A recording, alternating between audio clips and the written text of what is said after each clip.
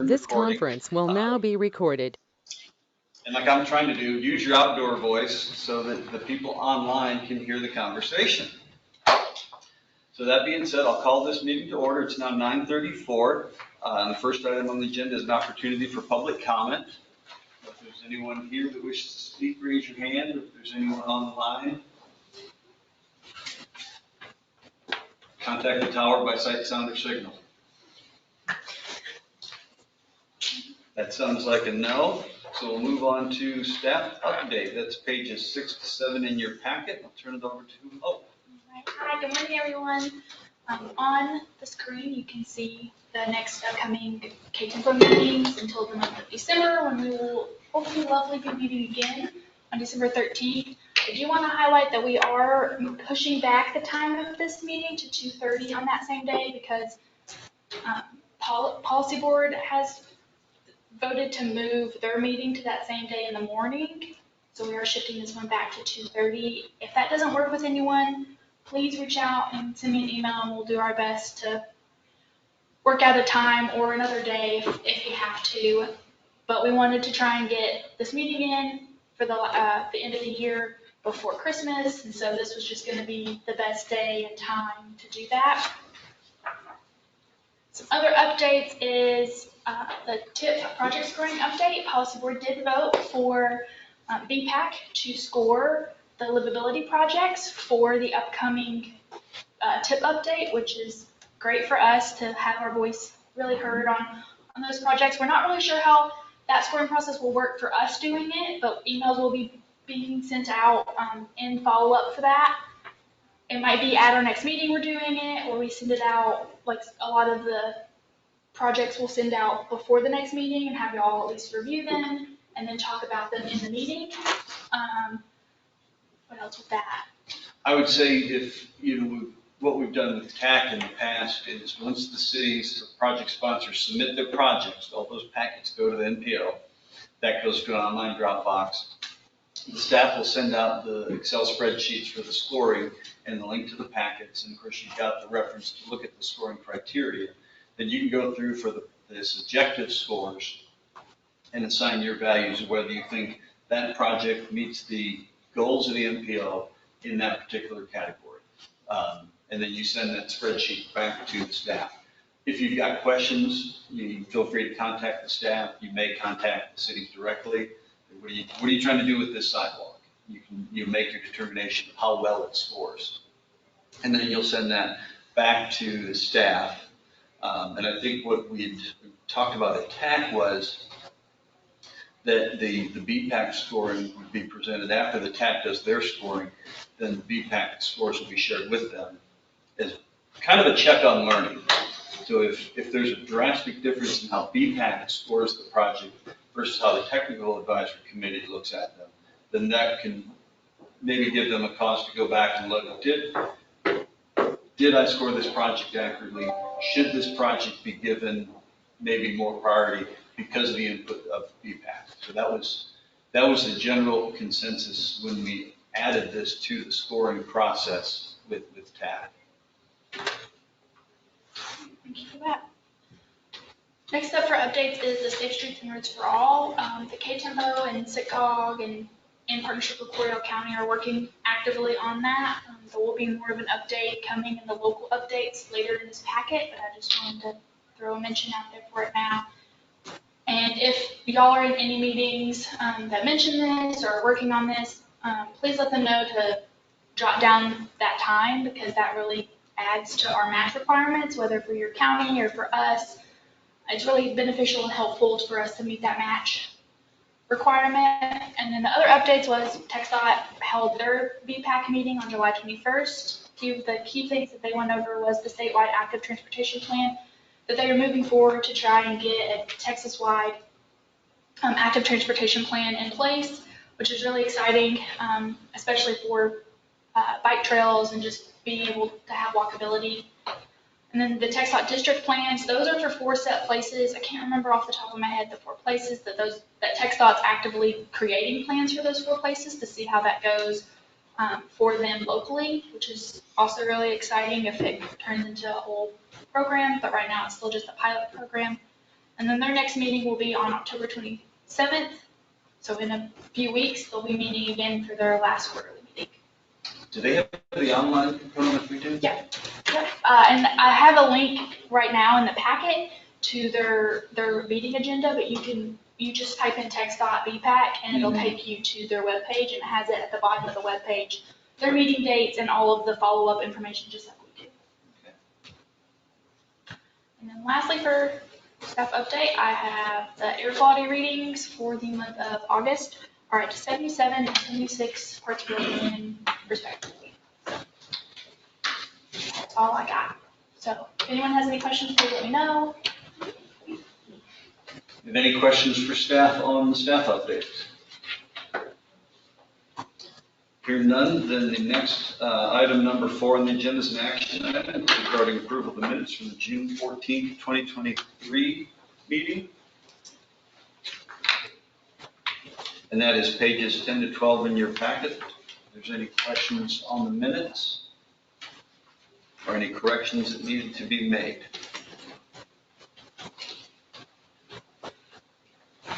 If there's no objections, we'll approve the minutes by general consent. And we'll move on to number 5, which is a discussion and action item.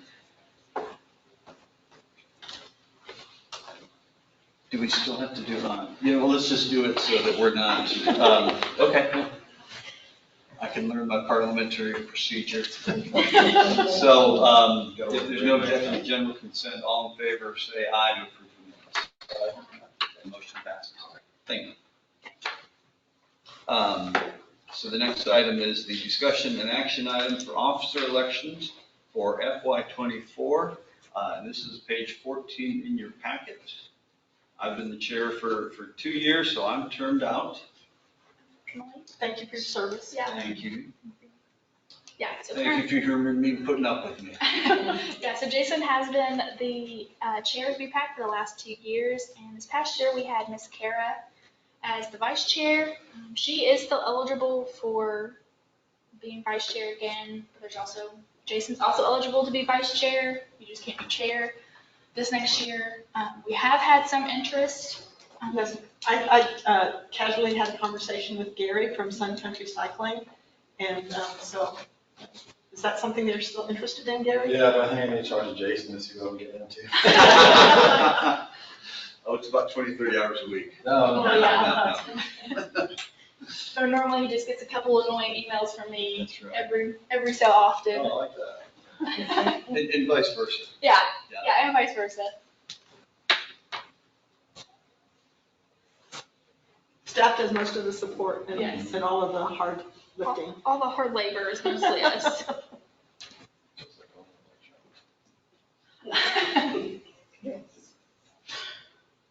Yes, I'm sure. So I think, I hear a volunteer, but I think we still need a motion to nominate Gary. And I think, I don't know, as chair, I don't think I can make the nomination. I don't know if you can either. So- I'll make the motion to nominate Gary.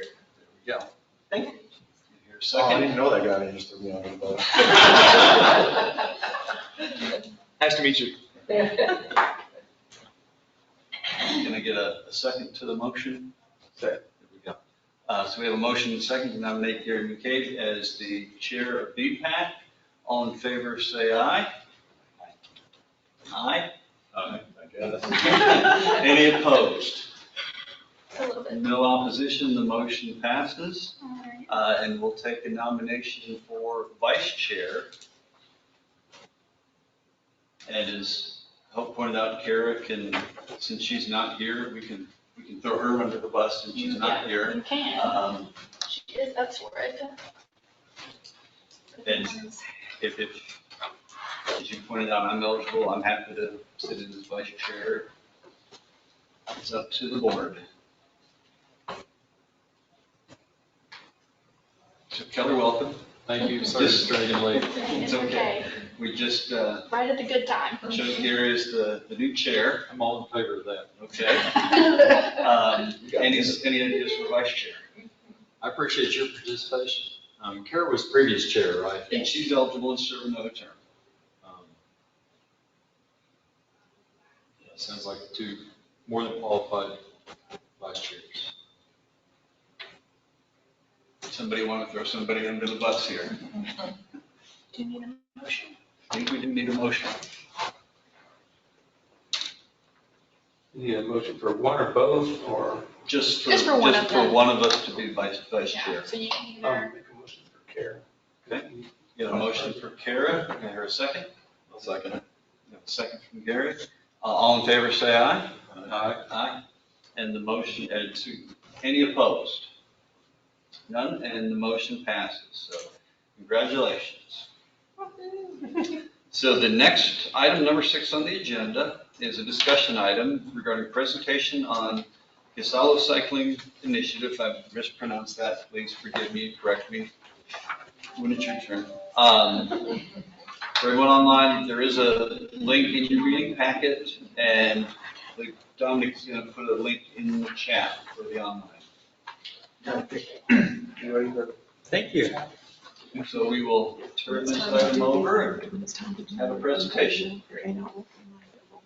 yeah. Okay, thank you. I'll move these bikes up here. I brought some props. So. Thank you.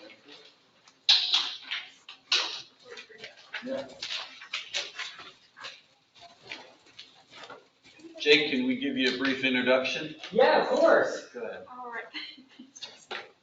Yes, Jake comes with us from Ghisallo Cycling Initiative.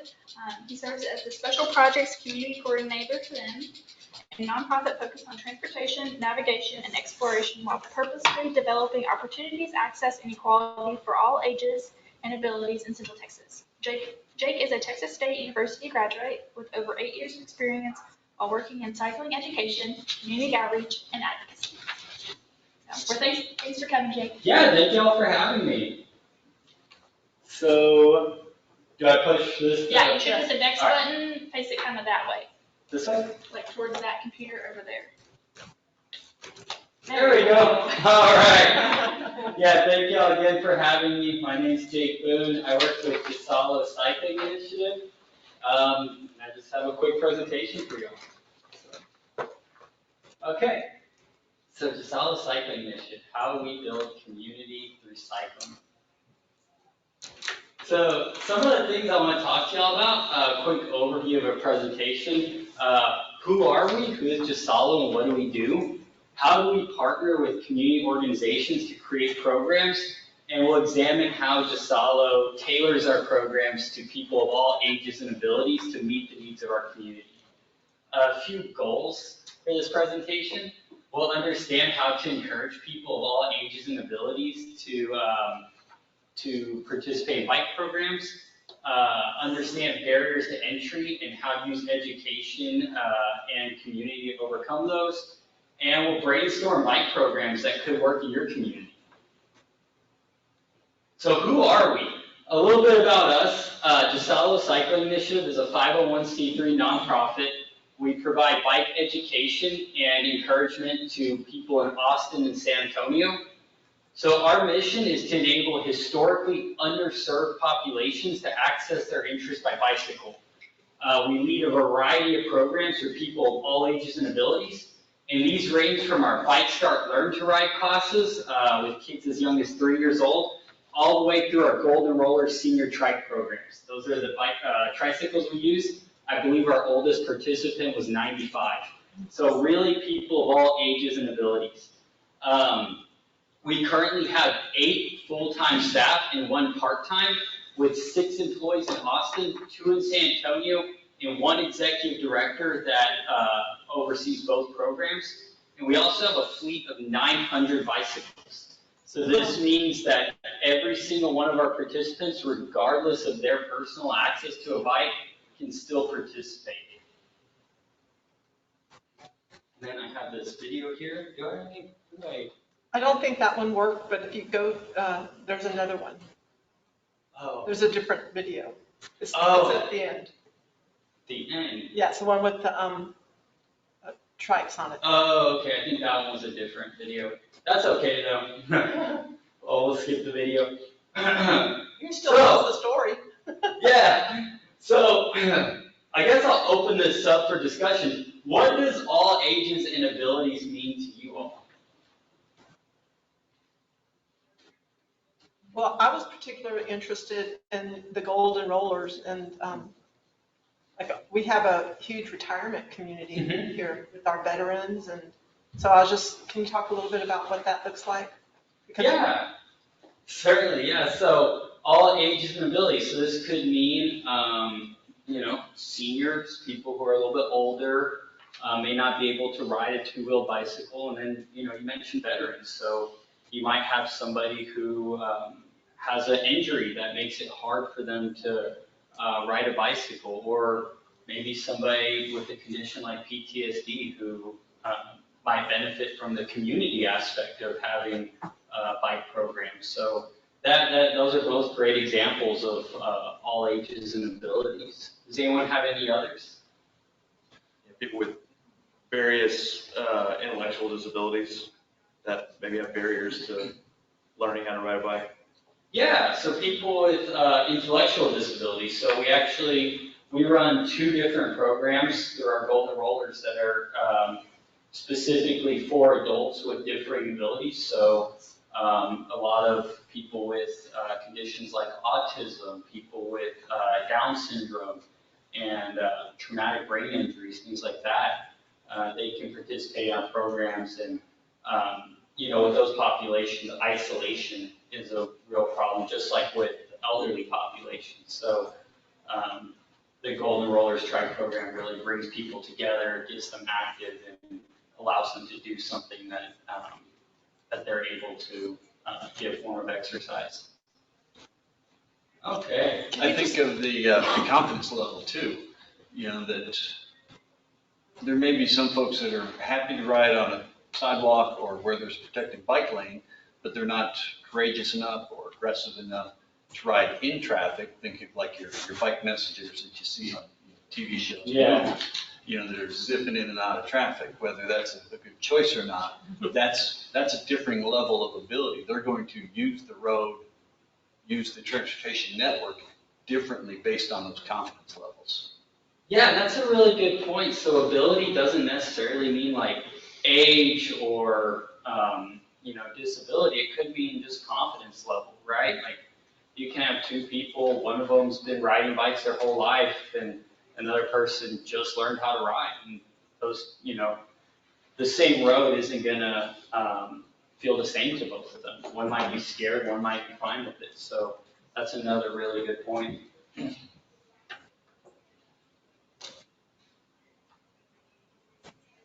Okay, so all ages and abilities, what does that look like for us? So our program participants, as I said, range from children as young as 3 years old, all the way up through senior citizens, and everybody in between. So we have 3 main branches that serve different age groups. So most of our funding comes in the form of grants, and each of these 3 branches is funded through a different source. So we have our Cycle Academy, this is our youth programs, City Cyclists, which is older teens and adults, and then Golden Rollers, which is our seniors and people with differing abilities. So the first program we'll talk about is our Cycle Academy. So I'll show y'all an example of one of our bikes. This is one of our bikes that we use for our bike clubs. It's made by Woom. Y'all can feel free to come up here and check it out. They're very lightweight, nice bikes. They have a good range of gears. And so this is our youth program. It's funded by the grant through the Texas Department of Transportation. And this is for kids 3 years old all the way through middle school. So this program teaches kids how to ride bikes, puts on safety clinics. We do after-school bike clubs with the majority of our programs in Title I schools through Austin ISD. So our first program is Bike Start. This is where we actually teach kids how to ride bikes. Most of these we do in low-income areas because in those areas, kids are less likely to know how to ride bikes. They might not have parents who know how to ride bikes or have time to teach them. So we focus on skills like balancing, steering, and pedaling. And then our next step up is our bicycle skill challenge. So it's basically a bike rodeo. We go to schools, we provide bikes and helmets, and the kids learn things like turn signals, right turn, left turn, stopping, They learn how to look for cars, scanning, basic rules of the road, how to wear a helmet. And then our most in-depth program is our bike clubs. So these meet after school. We're currently operating about 10 bike clubs in Austin. These meet at Austin ISD schools. Almost all of our schools are Title I. And the goal of these is for kids to learn how to become independent cyclists. When they go through these programs, kind of like the Scouts, they earn merit badges. So once you pump up a tire, you earn a merit badge. When you do a 1 mile ride, you earn a badge. When you ride 3 miles, you earn a badge.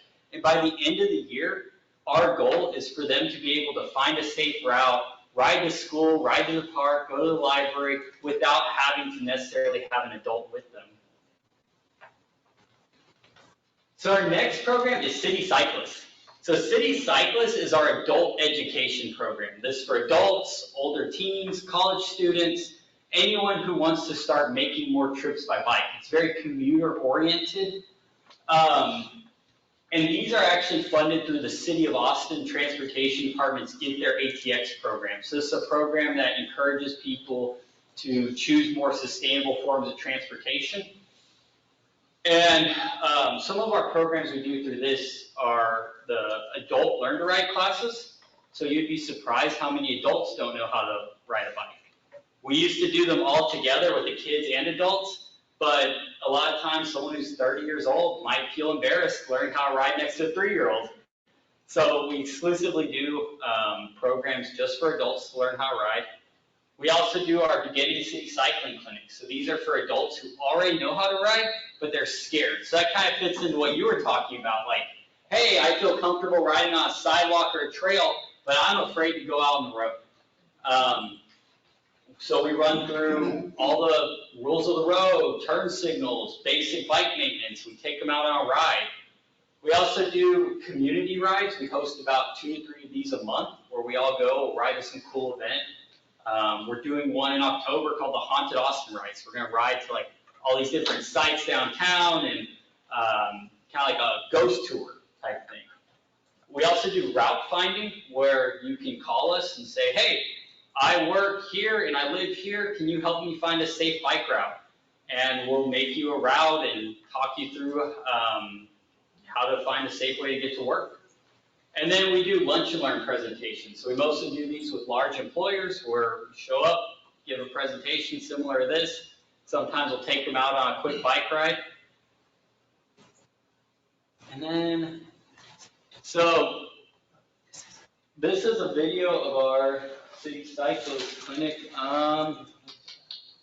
Let's see if it'll work. Oh, there it is. Cool.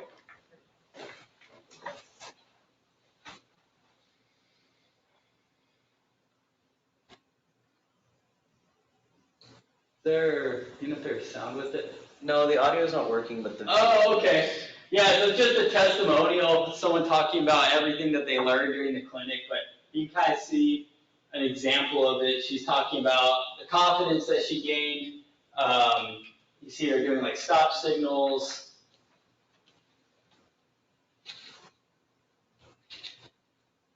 Okay.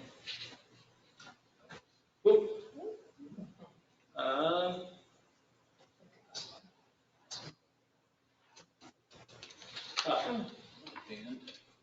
No, sorry, let me see.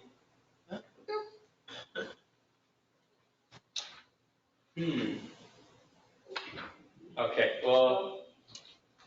That should not be the end, but is there another slide on that? No, just go straight to that one. Okay. There's another slide? Yeah, there should be. Can you just switch from the packet to his, do you have his presentation handy? It should be on that. I'm using the presentation that's on the thumb drive that you Yeah, put on there. no. Sorry about that. We have it all in this packet if you want this.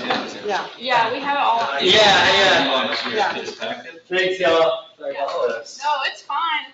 Yeah, That's sorry on about us. that. That's on there. It's all good. Thank you. That's okay. We'll just it's little. Yeah, we don't need all that. So. Oh, wait, oh. Oh wait, there we go. Yeah. This is showing it in the slide, just, yeah. Huh. This isn't showing in presenter. I'm not sure. Well, that's okay, we can just, Just keep rolling. yeah, we'll just keep rolling, okay? So, that's our City Cycles program for adults, and then the final one that we do is our Golden Rollers. So Golden Rollers is for older adults and people with disabilities. And for this program, we use these three-wheeled recumbent trikes. And these are, this program is funded through St. David's, which is a local hospital in Austin. They have a philanthropic foundation, and their goal is to help people stay active and reduce preventable illnesses through exercise and activity. In addition to getting people active, this also really helps with social isolation. So a stat we found really interesting was that according to the CDC, over 50% of adults over 60 years old feel chronic isolation. So these programs, they're run once a week through the Austin Parks and Rec Department. And we run them at the rec centers and senior centers, and we'll get about 5 to 10 seniors show up every morning, and we take them out on rides. The rides usually range from 1 to 3 miles, but we'll go on the ride, but also they chat after, and a lot of people have become friends and started hanging out outside of Golden Rollers. So as well as being a form of exercise, it's also a social club and community building. Let's see. So I also want to discuss, the next slide is about working in underserved communities. So what type of, what would y'all consider to be an underserved community? Can anyone speak to that? I can. Yeah. I think an underserved community is someone that doesn't have a sidewalk in their neighborhood, someone that doesn't have a bus stop, people that don't have cars to get Yes. to where they need to go. Yeah, so all of those. So lack of access to personal transportation, lack of infrastructure to be able to do things like walk or ride bikes, lack of access to public transit. Those are all underserved communities by our standards. Anyone else? Okay, so a few of the communities we serve, Title I schools. These are schools where most of the children receive free lunch. Usually they're in low-income communities. And then we have just low-income areas in general. Refugee communities. We work a lot with the Texas Refugee Services because when people get here, they don't have licenses. A lot of them can't drive. A lot of them have never owned cars, so they don't have transportation to get to and from work or go get groceries. So we'll give them bikes and we'll teach them bike clinics. And then neighborhoods with high population of non-English speakers. So a lot of times you try to give people resources and classes and things like that, and they don't speak the language. It's going to be really tough. Yeah, so areas without green space or infrastructure, unhoused population. Austin has a lot of unhoused people who also have transportation challenges. Areas with lack of access to public transportation, and also rural communities that might not have amenities. So if you live an hour from the nearest bike shop and you have a bike and it gets a flat, a lot of times those kids will just not be able to ride. So yeah, those are some of our challenges and some of the solutions, some of the ways that we serve these communities. So we have what's called a community mechanic program. One of the top things that we see when we work in these Title I schools is we'll see kids who they're like, I have a bike, but I haven't ridden it in 2 years because it has a flat tire. So we developed something called the community mechanics program, where we take people in these neighborhoods, we train them to be mechanics, we give them tools like tubes and cables, brake pads, and people in the community can bring their bikes to the mechanics, and the mechanics will fix up the bikes for them free of charge. And then we also do community rides. So a lot of times we'll partner with somebody within these areas. So whether it's a nonprofit, neighborhood association, or just a parent. And what we found is when you're working in these places, a lot of times there's a lack of trust from outsiders. You know, if we just roll in there and I go into a neighborhood where I don't live and it's a low income area, a lot of people won't be receptive to that. So having people within that community work with us has been really beneficial. Bike giveaways. So a lot of these kids just don't have bikes. So we'll give away around 300 bikes to kids in Title I schools. We give away bikes to unhoused people. We also give away bikes to refugees. And then Spanish language programs.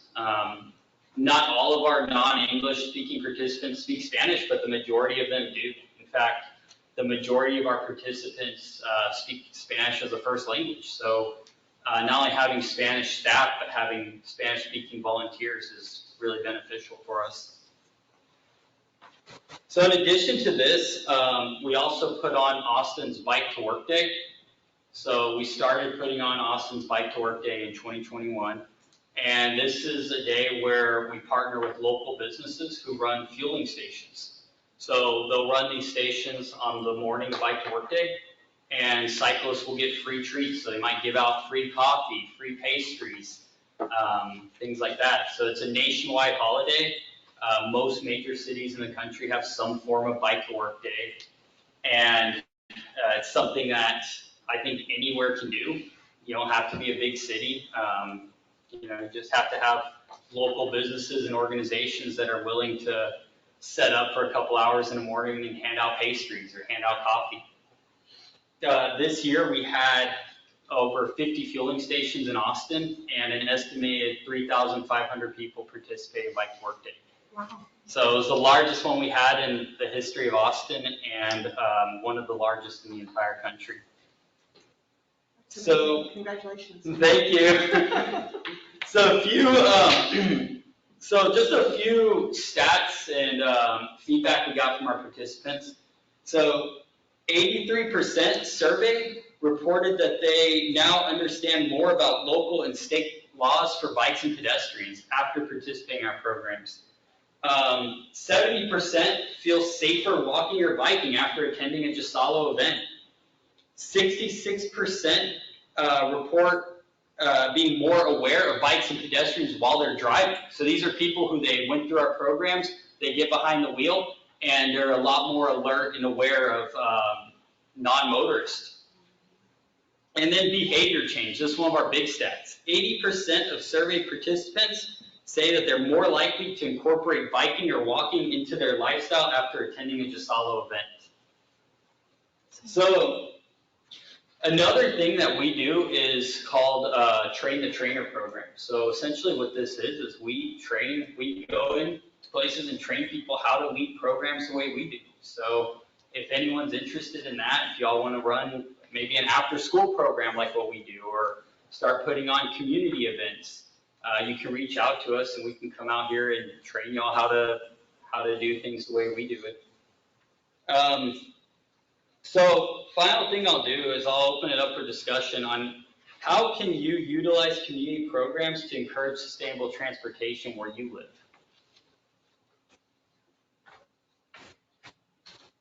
That's why we invited you to start our vision board, but nobody has a question. I have a question. Yeah, we'll open up for questions. Okay, so when y'all have all these bikes and you're going into the communities, are the bikes there? Do you transport them? Can you describe a little bit about how the bikes are getting from your shop to where the people are?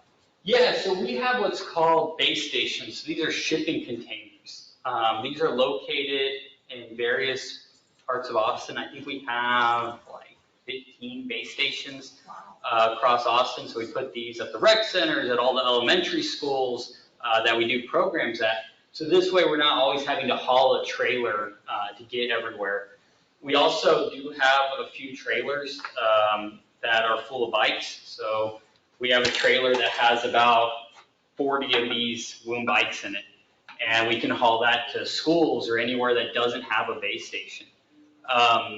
You know, these Base stations are typically located in low-income areas and Title I schools, so they're right in the communities we serve. This way it makes it really easy for people to just show up. They'll show up to the school or the rec center and we can take them out for bike rides. Yes. Oh, sorry, go ahead. So these bikes are like loaners? They're not, I know you have giveaways, so there's some of what you do is actually giving the child the bike. But it sounds like these stations are like pre-positioned as loaners for your bike events, and then they return them and put them back in the station? Yeah, that's correct. Yeah, so for example, like when we do our Golden Rollers programs or our bike clubs, we'll take the kids out to ride for an hour and a half, and then they put the bikes up and they get to use them once a week. We also, like I said, we give away around 300 bikes a year. And then we used to have a program called the Lending Library that we discontinued during COVID and we're trying to get it going again. But essentially what that was, you could check out a bike and it would be yours to ride for the year and you could bring it back. So if a kid, say, doesn't have a way to get to school, maybe their parents work and they have to ride the bus, we could give them a bike, we train them how to use it, and they would borrow it for the whole year and bring it back. So that was another program we did. Like I said, we're trying to bring it back. Yes. So you said you're grant funded, you're a nonprofit. If a city, small or large, wanted to contract you or ask you to come to an event, is there a cost? When is there a cost to have you come do a clinic or do one of these city, how do you call it? Teaching folks how to ride the roads. So a lot of that is going to depend on the area, if it falls within our grant area. So we're mostly in Austin, San Antonio, but we are like funded for most of Central Texas. Now someone wants us to do something in Houston, we might have to like get permission from TxDOT. It's all about like what falls into the parameters of our grants. So typically you would reach out to us and we would check and see if, hey, does this fall into something we could do, or would it have to be like a fee for service type thing? Right. Yeah. What do you identify as your program successes? Yeah, so we've had quite a bit of successes. I mean, I would say just the amount of, like like I said, we do the surveys at the end of the year, but those are mostly for our adult programs. 80% of people said that they're more likely to make more trips by bike, so behavior change is a huge key performance indicator for us. Confidence on the road, also how people are viewing cyclists and pedestrians when they're driving, because we know that people who ride bikes and walk more places are going to be more bike-friendly, pedestrian-friendly drivers. For our kids, we look at how many kids can ride. So we teach, last year we taught around 60 kids how to ride a bike through our Bike Start programs. And then we taught over 1,000 kids through the schools through our bike rodeos. So it's hard to tell with the children, like, okay, how is their behavior change once they leave our programs? Because we can't circle back and survey them the same way, but through things like our merit badge system, we can tell like, okay, this kid's become a really confident rider, they know route finding, things like that. So, yes. How are your giveaway bikes funded? Yeah, so we have a couple of, so we partner with Woom and this company called Guardian Bikes. Guardian Bikes are really cool. They're based out of California, and they were actually on Shark Tank is how they got their start. And what's neat about them, right, so most of your kids' bikes, they have, front and rear brake. So kids, not very confident, a lot of times don't have a lot of skill, they get scared, slam both the brakes and flip over. The Guardians are cool because both brakes are operated through the right side. So you squeeze the right and it puts more pressure on the rear than the front, which keeps the kid from flipping over. They're really fascinating. If you look up Guardian Bikes, you'll see like their pitch on Shark Tank. But we have a deal with them where anytime somebody returns a bike, they ship it out to us. So we have a big 18-wheeler that comes twice a year, and drops off a bunch of Guardian bikes to us. And then we enlist the help of volunteers. So we do what's called corporate bike builds, where we team up with different companies in Austin. They pay $200 to help us build a bike, and then that money goes to help us fund the actual giveaways and classes that go with it. We also get some bikes donated through WOOM. So WOOM is a Austin-based bike company. They make super lightweight, really high-end kids bikes. This bike's like $700 retail, so they give us some bikes as well to give away. Yes? Have you guys thought about extending into even younger kids with maybe balance bikes or anything like that? Yeah, so, I say 3 because that's like the youngest that we get, but we don't have a age limit on our, who can actually show up to the bike start. That's just, that's like the age that parents will bring them. But we have WOOM, this bike right here is called the WOOM 5. So the WOOM bikes go 1 through 6. The WOOM 6 is for kids up to 5 feet tall, and the WOOM 1 is for babies. Like, I'm talking like 16-month-old kids can ride it, and that one's about that big. And we have probably like 20 WOOM 1s in our fleet. So, if someone showed up with a 2-year-old and like, I want my 2-year-old on the balance bike, we could work with them, yeah. Wow. Do you know that our cities are in your grant area? I'm not sure about Bell County. I think our executive director does more with the TechStop grant, so they would know a little bit more about that.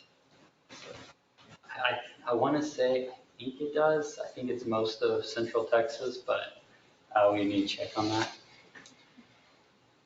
Can you demonstrate your roller? Yeah, the tricycle? Yeah. Yes, these are really cool. These are called Terra Trikes. Like I said, these get funded through the St. David's Foundation.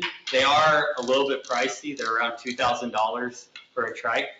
So what's cool about them, they have internal gear hubs, so more low maintenance. And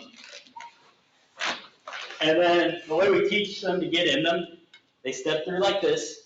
They can lower themselves. Your heels rest like this. And they're very low resistance, low impact. The seat can recline, it can sit up, so people with back issues or hamstring issues can be more comfortable. And if y'all want, I'll stick around, and if anyone wants to test ride in the parking lot after, you can test ride it. So we'll keep these around. She's already voting for herself. Cool. Well, thank y'all so much for having me. I have one more question. Yes, of Mine's course. about how often are you going to like the schools? Like, do you do whole classes within the school system? Is it like more after school programs? Yeah, so we actually do both. So our bicycle skill challenge is essentially a bike rodeo. So we do, I want to say we do about 20 of those a year on a normal year. But we run those through the PE class. So the kids show up during PE. We have a fleet of bikes waiting for them. They learn turn signals, rules of the road. They learn how to put on a helmet. We give them a little merit badge, and that's like a one-time thing, right? Very broad overview of how to be a safe cyclist. And then additionally, we do after-school bike clubs. So those usually have around 10 kids in them. We have around 10 different bike clubs throughout Austin, and that's a year-long thing. So the kids, they'll learn like the turn signals, rules of the road, but then we'll also take them on rides. And, we'll ride anywhere from, we usually start off doing about a mile with them. By the end of the year, we're doing like 5 miles. We take them mountain biking. They learn like how to change a flat, how to air up their tires. We even do a community service badge where we go to a park and we'll do a cleanup. So that's very in-depth. And once the kids leave bike club, like every kid I taught bike club, I'm confident that they could go out on the road by themselves. They'd be safe. They could find safe routes. They know which roads to avoid, where to ride, all that kind of stuff. How to sign up for like that program work for y'all? Yeah, so we do those through, a lot of these schools will have an after-school program. So, the parents work after school, they leave their kids there. There's several different ones. There's like ACE, which is one of the after-school programs, the Andy Roddick Foundation, which is like the tennis player. And yeah, so they do like, the kids stay after school, and they have several different clubs that the kids can choose from. So, some of the kids do bike club. They also some of these schools have jujitsu clubs or photography clubs. So we're just one of the things that they can choose from. Yeah. Great job, and thank you for putting your Of helmet on. course. That was really awesome. Yeah, of course. Thank you all.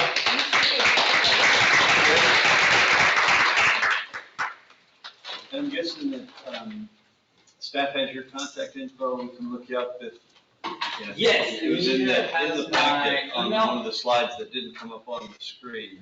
Yeah. There was a slide that had your website, your Instagram, your email, that's all in the packet. Yes, correct. All that's going to be in the packet, so feel free to reach out to us. We're pretty quick to respond. And if you're on social media, you can follow our Instagram, our Facebook, where we give a lot of updates on our programs. And we also do a lot of bike tips too, so you can learn something as well.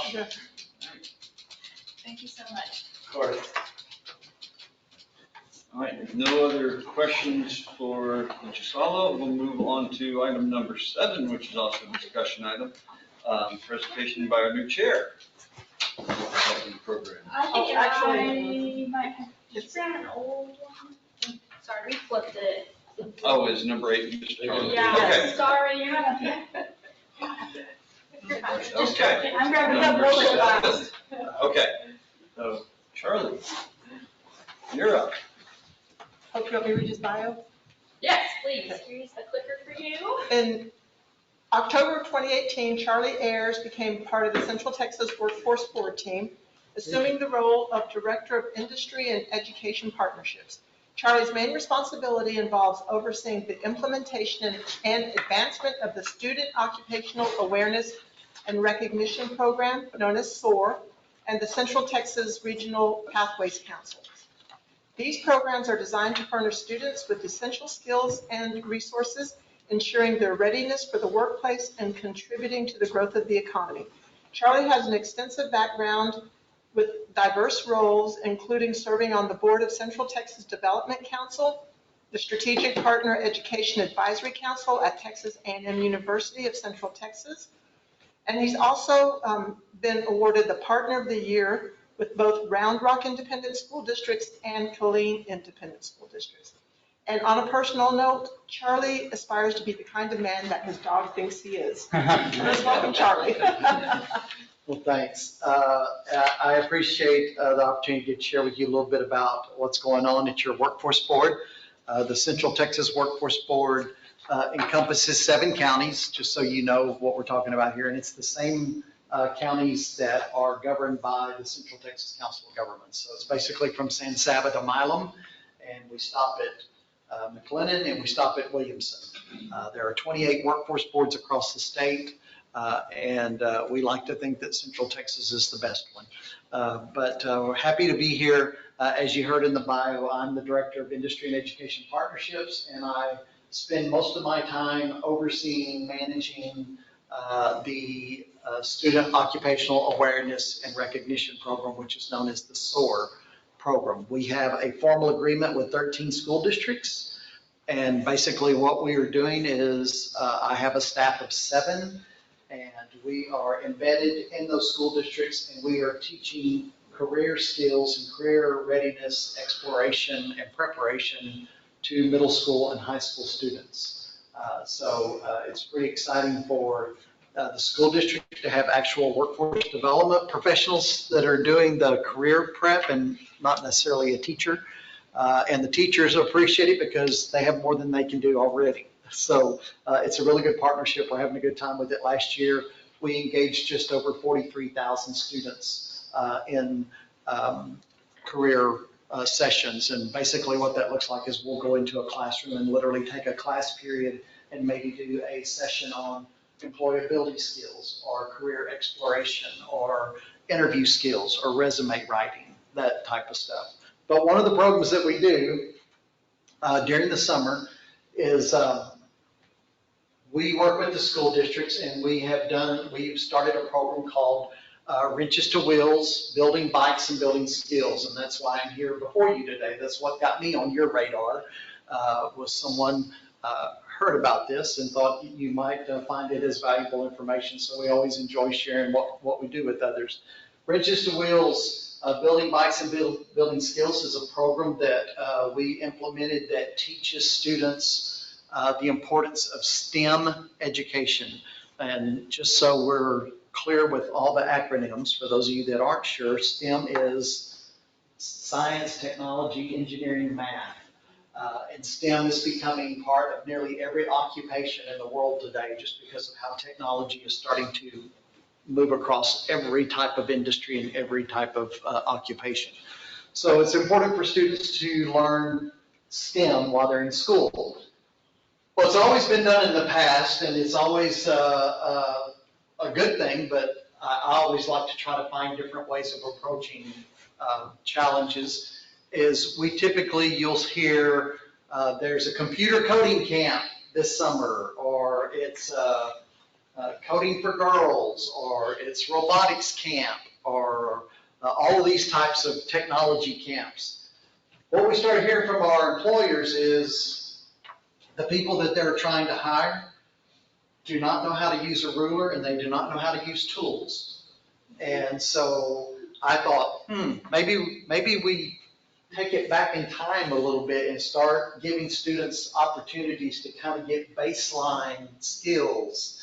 And from those skills, they can launch into engineering or whatever path they want to take. So we came up with Wrenches to Wheels, Building Bikes and Building Skills, and we developed a lesson plan that takes students through a career pathway of STEM jobs that are involved in producing a bicycle. And most students don't even connect technology with a bicycle, but we take them through that. And so what that looks like a little bit is we work with our partner school districts, and we ask the districts to recruit 20 students, and then they have to recruit 20 industry leaders from their community. Can't be a school district staff, can't be another student or like a student from the high school, because the program's for middle school students, 6th through 8th grade. It has to be an industry leader from the community. Now, the reason for that is it's a natural bridge building a partnership between a local business and their school district. But it's also helping the student build their network while they're very young and getting to know someone in industry in their community. So the industry leader becomes the mentor for that day or half day. And a student is assigned to a mentor or an industry leader. We provide the student with a set of tools and an unassembled bicycle in a box. And after we've gone through the lesson plan and we've talked to them about what's involved in designing, manufacturing, and developing a bicycle, we take them out into a work area. After we've gone through this lesson plan and discussion, we even show them what jobs in Texas are related to these STEM jobs, how much they pay, what kind of education is required to get these jobs, how many of these jobs are in Central Texas. We do the whole thing. When we go through that whole lesson plan, we go out on the work floor and we say, find your mentor and build your bicycle. And so the industry people are not allowed to build the bike for the student. They're just there for supervision. And they're there to double check instructions, because students have to learn to read the instructions. They have to learn what an Allen wrench is for. You would be, maybe you wouldn't be surprised. Most of our students do not know what an Allen wrench is. They have never seen an Allen wrench. What if the mentor doesn't? The mentors all do. They all do. Yeah. But with students, they kind of know what the regular wrench is, or more traditional wrench. But the Allen wrench threw everybody a curveball. But the mentor works with them. They make sure they read the instructions. And yes, throughout the build, we do have some handlebars that are backwards. But that's what the mentor's for, is he stems back and he's like, take a look at your bike. Does anything about this bike look a little unusual? And they see that the reflector is pointed toward the seat and not pointed toward, traffic.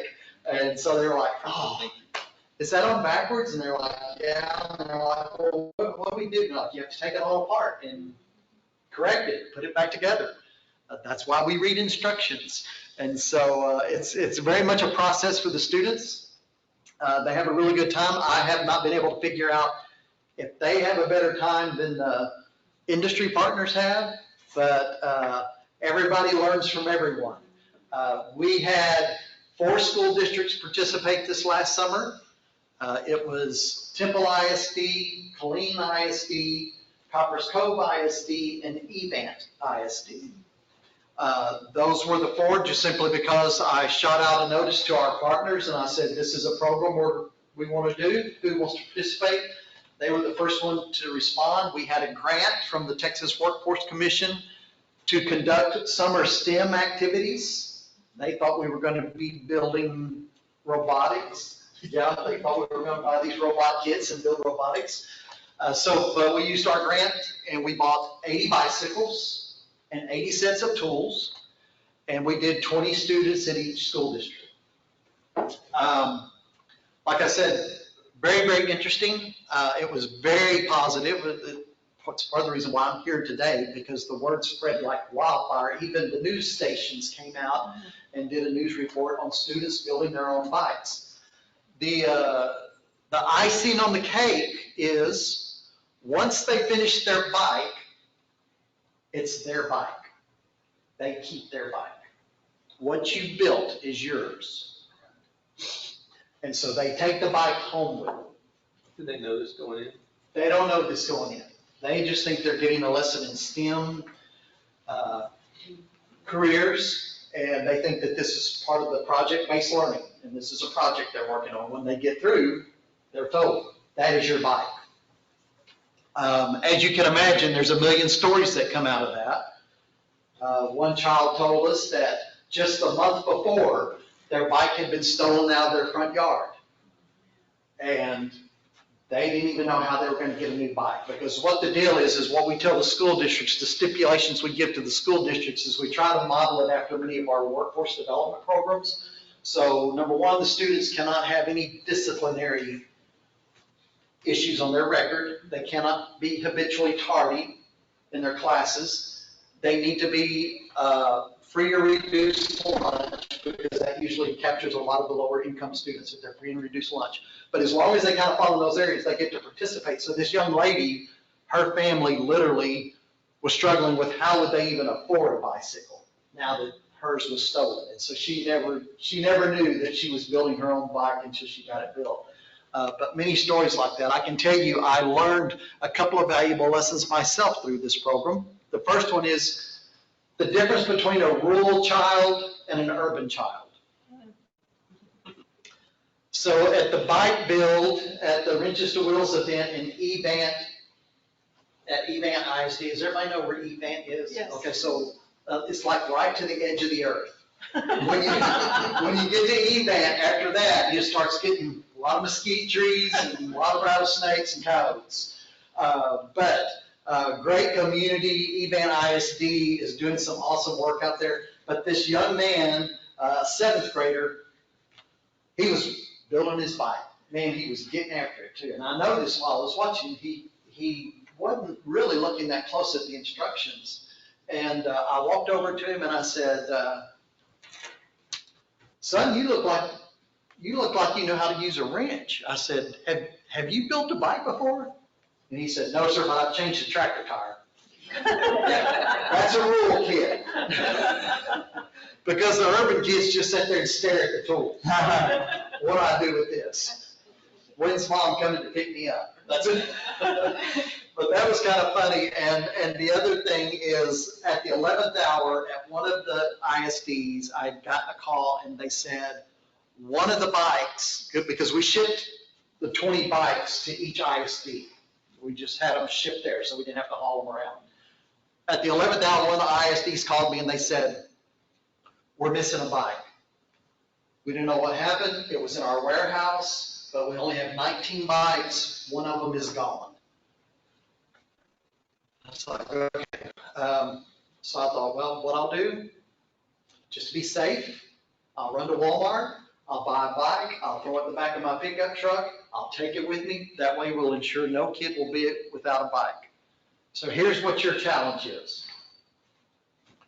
Walk into Walmart and buy a bicycle, but tell them you want it still in the box. They can't wrap their head around that. But sir, we have the bike you want, we have 6 of them right here that are put together. No, I need it in the box. I don't need it put together. The poor dude could not, he explained to me 5 times that bikes were already assembled, and I could just take one of those with me. And I had to keep telling him, no, I need that bike, but I don't need it put together. You don't want it put together. So that just messed with his mind. Did you end up getting the bike? Do I? Did you end up getting the bike? Yeah, he actually went back in the back and brought a shopping basket out with like 4 bikes in it. He goes, here's the same bike, and I've got 3 different colors, so pick which one you want. And they're all in a box. And I'm like, that's great. That's why we need it. So here's some of the things we go over with students. So these are the STEM careers that are involved in bicycles. So you can see mechanical engineer, they design the frames, gears, other components. Material scientist, they study the properties, how materials behave differently on bikes. Industrial designer, focus on creating aesthetically pleasing and functional products. Aerospace engineer, they work on optimizing the bike shape, minimizing air resistance and drag on the bike. Data scientists, they work data related to bike performance, rider preferences. They figure out what makes people want to buy the bike. And then manufacturing engineer, they work on developing efficient manufacturing methods to get the bikes through an assembly line and out the door into the stores. Students had no idea bicycles involve so many people to get them a bike. So really, as you can see, we utilize the bikes. It's an excellent source, but we're really trying to focus them on career training and preparation and helping them understand that there's a lot more that goes into their everyday products than what they think. And that they're capable of doing any of these careers if they want to pursue them and put themselves to it. And did I hear, Dominic, did someone say there is no audio? Yeah, there isn't any audio on the embedded I video. think your video, because they're not embedded, and we were able to pull it up on YouTube. Is that the one with the link? Oh, Yes. okay. Well, so then if there is audio, we'll show the video. I was gonna say, we don't need to show the video if there's not audio, but if there is audio, then let's show that I have a video that we can finish up with, and I'll answer any questions you have, so. Also for the videos earlier, we're gonna send out the presentations, and you should be able, on your own time, to click the videos in the original presentation too.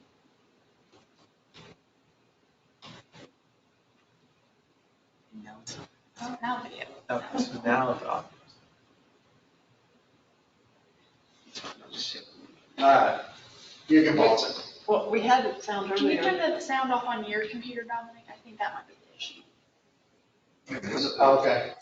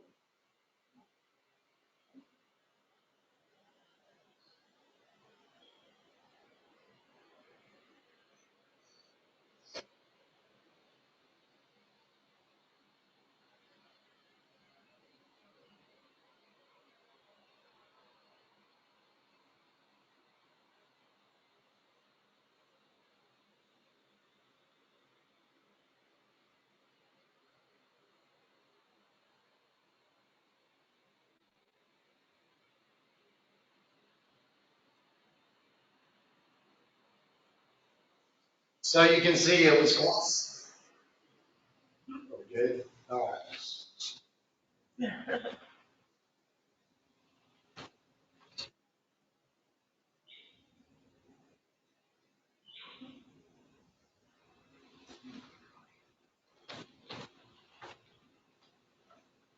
Okay? Yeah.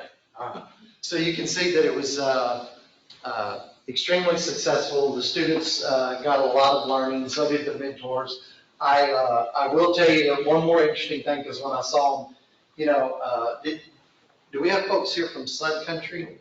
Yeah, so in Coppers Cove, which Sun Country, they have and if I get this wrong, just forgive me, but they have a location in Temple and Killeen. Is that correct? Yeah.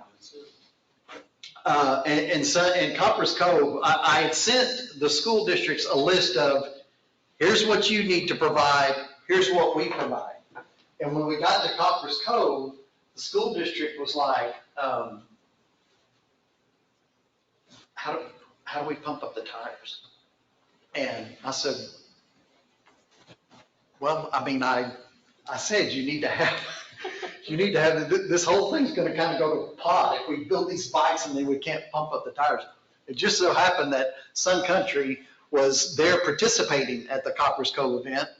And of course, the dude had the high-end professional bike equipment. He's like, got the pump covered. Don't worry about that. We can handle that. So special thanks to Sun Country for stepping up and being involved. And we did not even know that the school district had asked them to be involved, but it saved the day at Coppers Cove, because I thought, this is going to be great. These students build these bikes and then we're not going to pump up one tire. But that worked out well. But something that's interesting, it shows you how innovative students are. And some of us, as I look around the room, you'll remember this from your childhood. I happened to notice at the Temple ISD event, they were in their career and technical education building in the automotive shop is where they were building the bikes. So they had all the doors opened up, but it was still a little humid in there. You know, this is in the summer. And so students had bottles of water. And I noticed one of the students had finished his bottle of water, and he was over at his bike. I can show you on this bike. He had his plastic water bottle, and he was cramming it in between the frame and the tire, right there. And I thought, should I walk over there and wrangle that? You know, why are we trying to tear up stuff? And I just thought, no, I'll just wait and see what happens. And he crammed it in there, and he got on the bike, and he started riding it around. And so it started making a whining motor noise. And he rode all around, and he rode around the shop, and then they had the parking lot blocked off. So he rode out the parking lot, and here you see it sounds like, you know, it was maybe a 125cc motorcycle engine. Before you knew it, we had like 15 students with water bottles stuck in between the frame and the tire, right? And one of the gentlemen, well, you saw him talking in that video from East Penn Manufacturing that builds the batteries. He told me, he said, we used to do that with baseball cards. And I said, same principle. But I told him, I said, the thing is, one day we'll be sitting at home and we'll see, like on Shark Tank, some guy came up with a device to make a bike have a motor noise. And it'll be this kid that patented it and figured it out. So it just shows you kind of how innovation starts occurring just out of the oddest areas. But going forward, we're never guaranteed of the grant. That's just, does the state have money, whatever. So moving forward, we're really looking for ways that this can become a more sustainable summer program for our middle school students and teach them STEM careers, but at the same time, a little icing on the cake by you're getting a bicycle and you're going to be able to ride this bike. So that's my next challenge, is to find out where that type of funding can come from. The good thing is this gentleman right here, I don't know how many of you know him, in the Temple community, he's known as AAA. Yes. But Dr. Abatz is a former doctor surgeon at Baylor Scott & White. He is now like their director of community development education. He pulled me aside afterwards. He said, you know, I noticed that we didn't have any helmets. And I said, no, we just had enough for tools and bikes. And I said, so I had to let them kind of take care of something. He goes, well, he said, we might be able to figure this out. He goes, because the McLean Children's Hospital does a bike rodeo every year, and they provide helmets for all the kids. Maybe we can have them provide the helmets, and y'all can do the bikes. So maybe there's some partnerships happening there going forward, but the real deal is we're trying to find a way to kind of make that a regular summer activity. And our career coaches lead the lesson, they do the lesson plan, and we look forward to maybe that growing. It does sound like it has potential because everyone was very much behind it, and they really like the idea. So I'm happy to answer any questions if you have them. Yes, ma'am. What does train the mentor look like? Train the mentor? Yeah, the mentor that's going to be providing guidance. We don't train them. You don't train them. They have to know how to put a bike together, or just to read instructions? Well, all these folks are from manufacturing. Okay. Or they're from Sun Country Bicycles. I know for the Copper's Cove, I know Aaron kind of looked over some of the bikes at the end just to make sure that they were safe. Yeah, but quality control, but it's actually better if they don't know too much about how to put a bike together, because my biggest problem, and we found it out, Copper's Cove was the first event, is I have to go through and kind of slap mentors' hands, because an adult's normal response is to get down and put something together for a kid. And it's like, let them do it. Let them do it. So we didn't have any real issues with the mentor saying, we don't know what to do or we don't know how to do it. One of the deals, to the point from the first presentation, we did have one kid that built his bike, and then he was standing by it, and I said, well, they roped off, or they blocked off the parking lot, take a lap. And he said, I don't know how to ride a bike. Oh. He had never learned to ride a bike. He was an 8th grader at Copper's Cove. He had never learned to ride a bike. So it took about 10 minutes, and 2 guys and a girl, 8th graders, grabbed him. They took him out in the parking lot, and by the time we left that day, he was riding that bike around the parking lot. Those 3 students taught him how to ride that bike. But that's the kind of stuff, you don't plan for that stuff. It just organically happens out of the event. So we haven't had any issues with mentors not knowing what to do or how to do it. So, any other questions? Yes, ma'am. If this does, take hold and you guys find not soft funding to keep it going, would you expand it to maybe 9th graders as well, or? We wouldn't expand it age-wise, but we'd expand it to school districts. I would like to have one at least. It would be good to try to have one at least in all 7 counties that we serve. It would, we have formal agreements with 13 school districts. That's getting to be a lot, because as you imagine, there's some logistics involved, because we actually go and teach a lesson. It's just not show up, build a bike, y'all have fun, that's great, enjoy your bike. I mean, there's some other work involved. So I gotta make it manageable, but it would be nice for us to spread it around the entire region. But there's some of our smaller rural school districts. So I think this next summer, what I'm going to do is instead of 20 bikes, we're going to do 15 bikes. Because some of the rural areas, it's all they can do to get 15 business people to show up. Our smaller communities don't have 15 businesses. So we're going to look for ways to do that. But yes, we want to expand the program, but not the age level. The middle school levels, that's a good level. Plus, through the Texas Education Agency and their work in school, 7th, 8th grade is when they need to be making decisions about what pathways they want to pursue in school. So it's a good place to show them some skills and some occupations as they start making decisions about what their endorsements need to be in school. Yes, ma'am. So the businesses that provide the mentors, they wouldn't be interested in doing the funding? They might. If they're industry leaders. They might. I haven't approached that yet. I've had the Bell County judge and I've had the SITCOG director both tell me, I think we can find money. They didn't tell me where they could find that. And I've known the Bell County judge for years. I used to work with him. I don't want to know where he finds the money. No, that's a joke. That's only a joke. Judge Blackburn is awesome. But yeah, they both said there's possible funding that we can get to do this. but I haven't pursued that yet, just obviously too, it's a little early in the year right now. But we're scrounging that up. We're looking for that. I really, the Texas Workforce Commissioners watched this video, and I sent them a copy of the lesson plan that we use. What I'd really like to see happen is for the Texas Workforce Commission to endorse this, and they provide it across the state, and that there's grant money, because we do grant money for all kinds of training, for people to go back to college and learn Excel. And so let's develop a program that's really teaching young children how to use tools, how those tools relate to occupations, how those occupations relate to something that they've helped put together. So I think there's multiple opportunities there. We just haven't gotten any hard answers yet. So we're going to knock on those doors. Okay, good. Thank y'all for having me.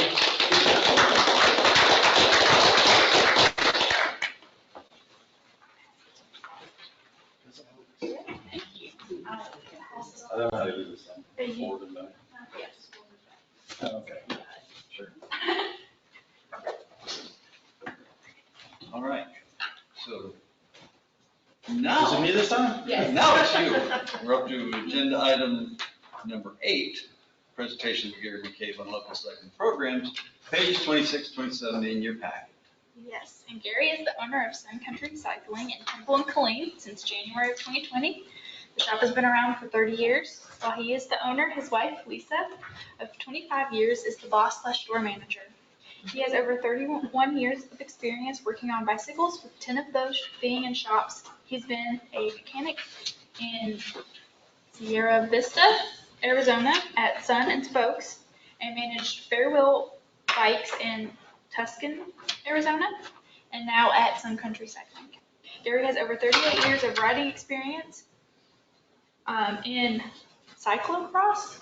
Yeah. Okay, mountain, gravel, and road riding. He is a licensed U.S. cycling coach.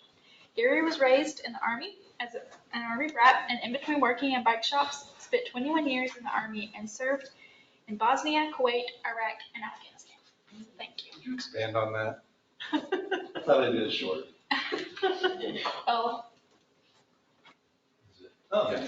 Oh, that's keep going. okay. Like she said, I'm Geary McCabe. I'm new to this public speaking thing, so I mumble a lot, so if I start to mumble, just tell me to speak up. I'm not as professional. I do have notes. There's a lot of information. I only did 2 slides really quick. Like she said, I'm the owner with the real brains behind the matter, sitting over there in the chair with her camera on, I imagine.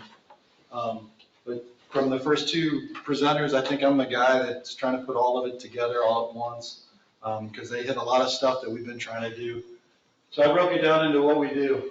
What we do, we're a bike shop. We work on bicycles. We sell bikes, we work on bicycles. Not only do we work on bicycles, but we work on anything probably with wheels is what we do. We do scooters. We've done wheelchairs. I have a background in working in the medical industry as a young kid when my parents ran a medical store, so I know how to work on wheelchairs. Some of the unique things, we worked on a mobility wheelchair vehicle. It's like a razor, except you pull the wheelchair up in it and the person can go out and do what they need to do.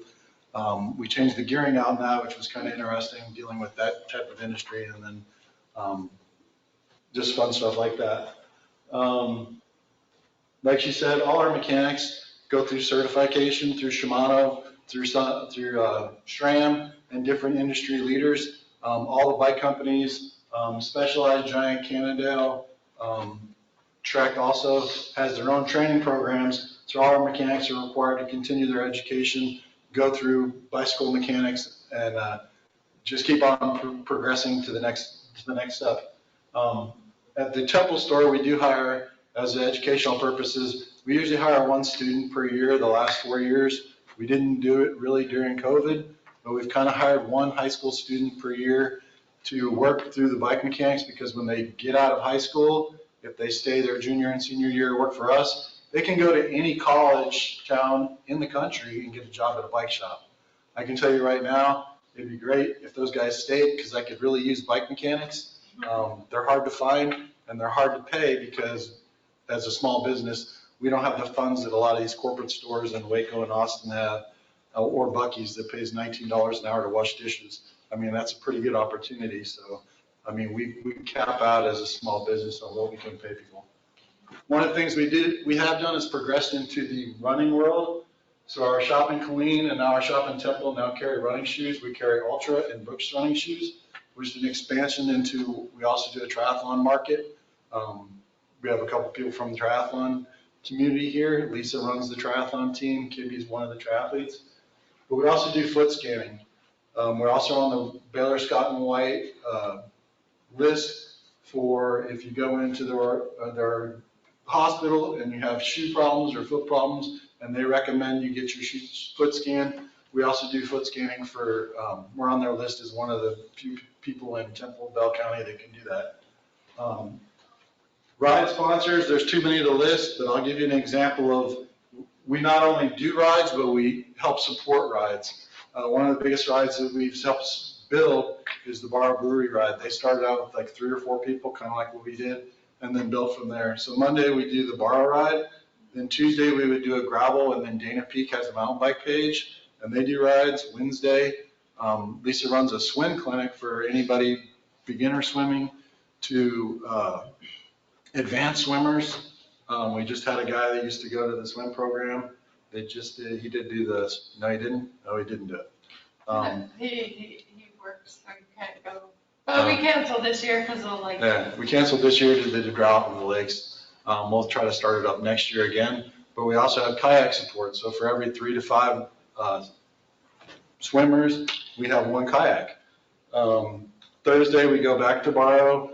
There's a morning run. So Aaron holds a morning clinic in Harker Heights on Thursday mornings. It's basically a beginner.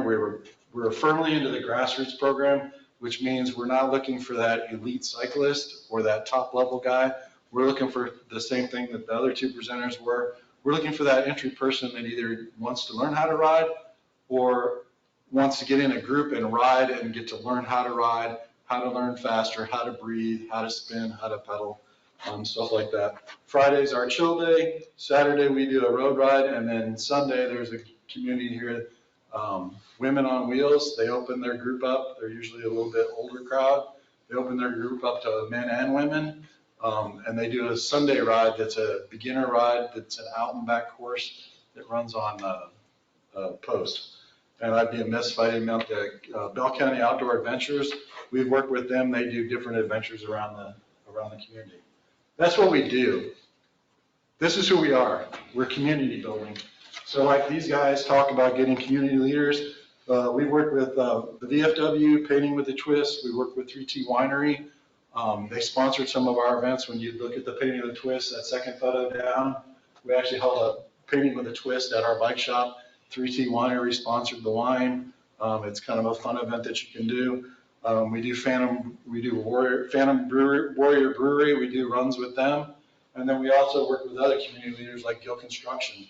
Most of these people we've met throughout the industry, they actually ride bikes, come into our store, and we find out that they're part of a larger community that we've worked with that we can build on and go from there.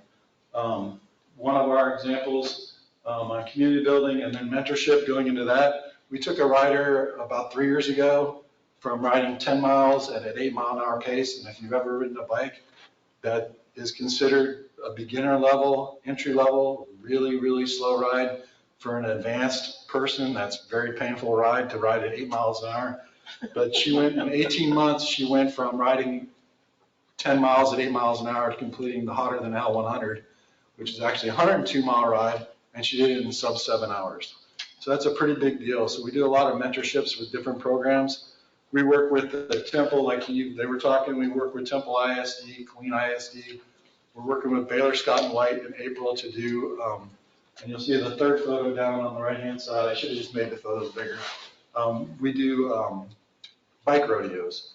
So we've also worked with communities, the Emmanuel Lutheran Ministries over here in Temple. We've worked with them with the bike programs, mentorship programs, doing bike rodeos and stuff like that to keep the community going and get the newest people. So if you look at the community as a whole in mentorship, our demographics is usually the 30 to 50 group, but we're trying to get into that younger group to get them outside The biggest selling point we make is when a person comes in to buy a bike for their kid. You have a kid that rides a bike, and that's very uncommon. So building that community and working with other people in the industry. We also work with other groups working in the industry on alternate forms of go see your doctor if you have problems. That's my gist. We're working with other leaders in the community for health issues. When we're talking about mentorship, where can you go? Ninja Physio, working with a physiologist, sending cyclists to work with them. We're passionate about what we do. We do the bicycle clinics, which you'll see on the left side. Then you got our running clinic, and then we've done some trail maintenance working with Fort Hood, doing their trail system out of Ballora. We've done some trail maintenance out there with them, building their beginner trail and building the trails out from there. What? I said Cavazos. Oh, sorry, Fort Cavazos.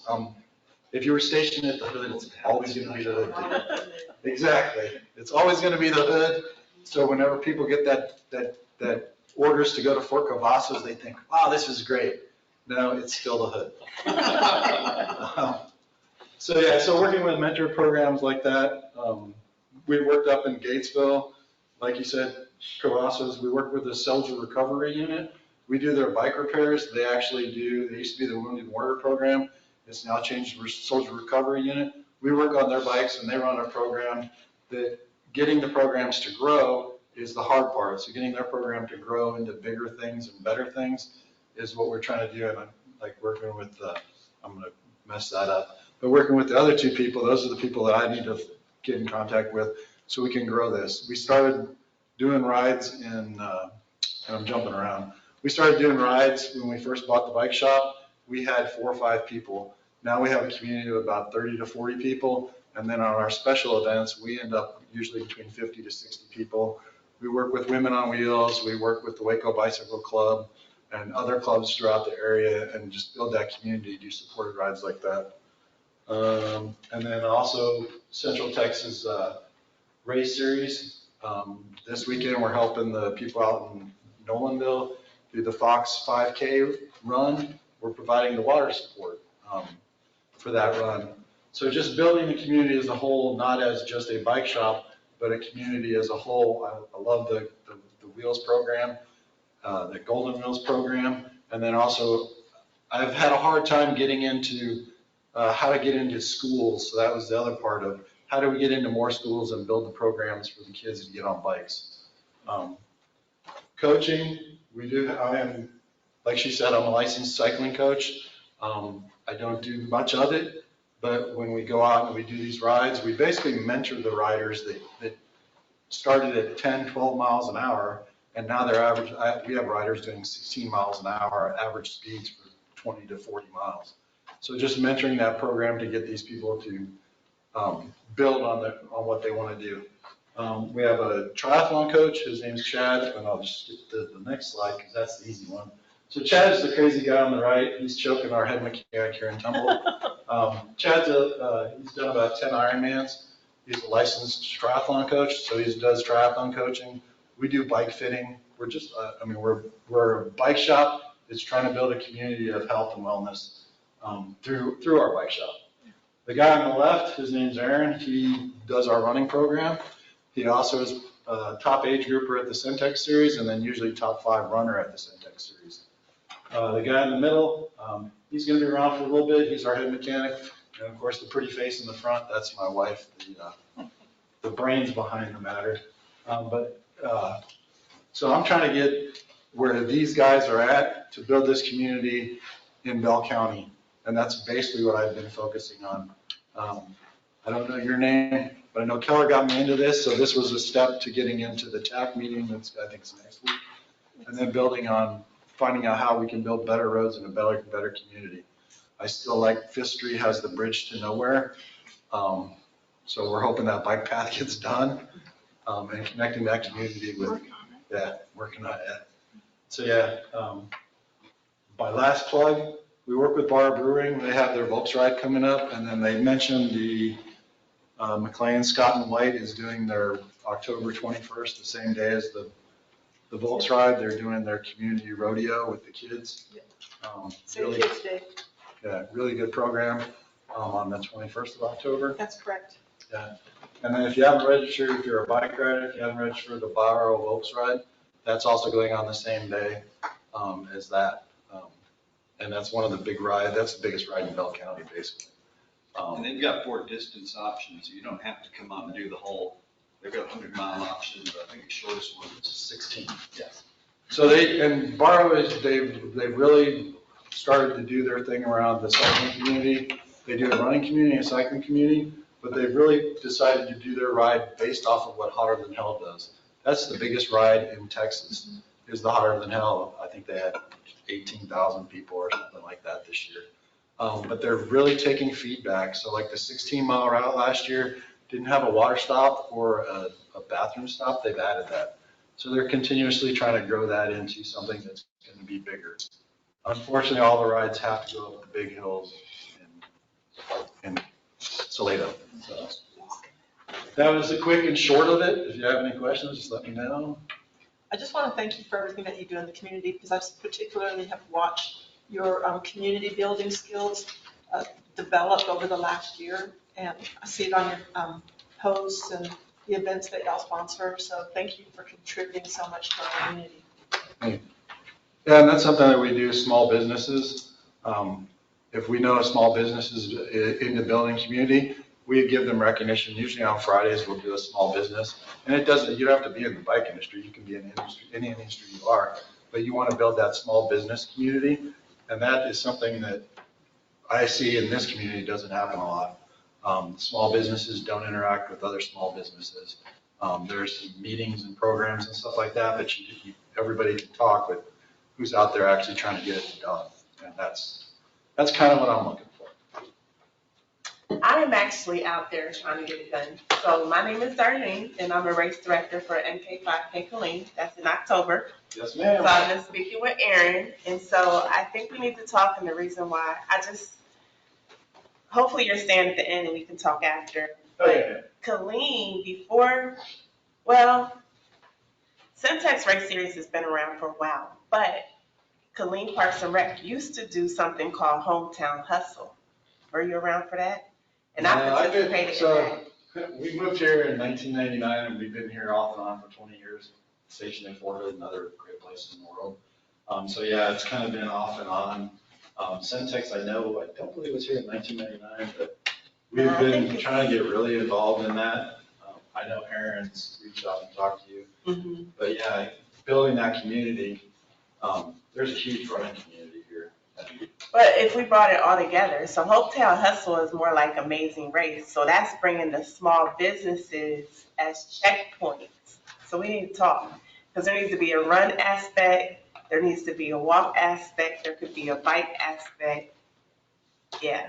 And that was the bike to work thing that he said that they had 3,000 people from Austin do it. That'd be great if we, like the Hometown Hustle, something similar to that. It's kind of similar to what he's talking about, like you said, an Amazing Race type of thing. There are some bike communities out there that Redundant Errors kind of do something like that, but they don't really interact with the people. You basically ride 200 kilometers and you have to stop at a grocery store and buy something and have the receipt to show that you actually rode there. But I actually like that idea. No, I got to get those small businesses involved. Yeah.